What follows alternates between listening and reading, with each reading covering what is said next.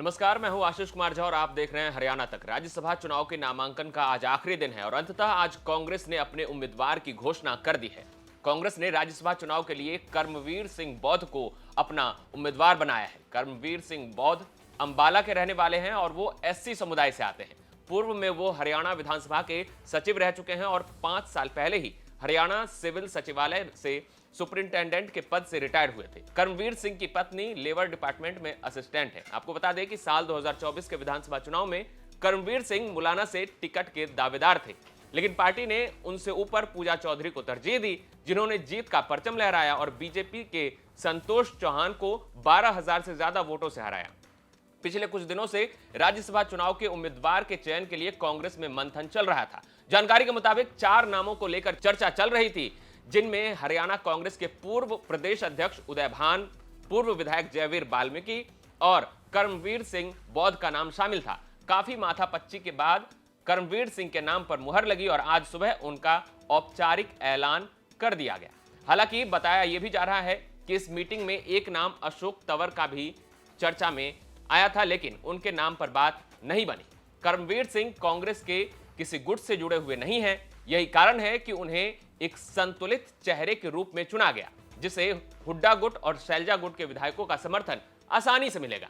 कांग्रेस की ओर से संविधान बचाओ अभियान में भी कर्मवीर सिंह काफी सक्रिय थे और जमीनी स्तर पर उनकी भागीदारी भी देखी गई। आपको बता दें कि हरियाणा में राज्यसभा की 2 सीटों के लिए होने वाले चुनाव को लेकर बीजेपी ने मंगलवार को ही अपने उम्मीदवार की घोषणा कर दी थी। बीजेपी ने पूर्व सांसद संजय भाटिया को अपना राज्यसभा चुनाव के लिए उम्मीदवार बनाया है। 56 साल के संजय भाटिया इससे पहले करनाल लोकसभा सीट से भाजपा से सांसद रहे हैं। संजय भाटिया भाजपा में संगठन का भी काम देख चुके हैं और हरियाणा में कई बोर्डों के सदस्य और अध्यक्ष भी रह चुके हैं। संजय भाटिया पानीपत के मॉडल टाउन के रहने वाले हैं। 2019 में करनाल लोकसभा चुनाव में प्रदेश के 53 साल के इतिहास में सबसे बड़ी जीत दर्ज की थी। संजय कॉलेज के दिनों से ही बीजेपी की छात्र इकाई एबीवीपी से जुड़े थे। 2019 में उन्होंने लोकसभा चुनाव जीता था। 1987 में मंडल सेक्रेटरी बनने के बाद 1989 में वो एबीवीपी के जिला महासचिव बने। साल 1998 में संजय भाटिया को बीजेपी युवा मोर्चा का राज्य महासचिव बनाया गया।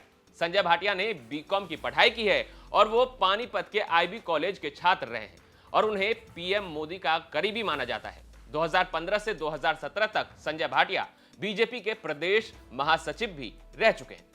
अब देखा जाए तो राज्यसभा की 2 सीटों में कांग्रेस और बीजेपी के खाते में एक सीट आसानी से जाते हुए दिखाई दे रही है, लेकिन अगर बीजेपी क्रॉस वोटिंग से कांग्रेस का खेल बिगाड़ना चाहे तो इसके लिए बीजेपी को काफी मशक्कत करनी पड़ेगी, क्योंकि गणित कुछ ऐसा ही है। दरअसल हरियाणा में कुल 90 वैध मत हैं, जिसमें से 48 विधायक बीजेपी के पास, 37 कांग्रेस, 2 इनेलो और 3 निर्दलीय हैं। अब इनमें से किसी भी उम्मीदवार को जिताने के लिए 31 वोट चाहिए होंगे।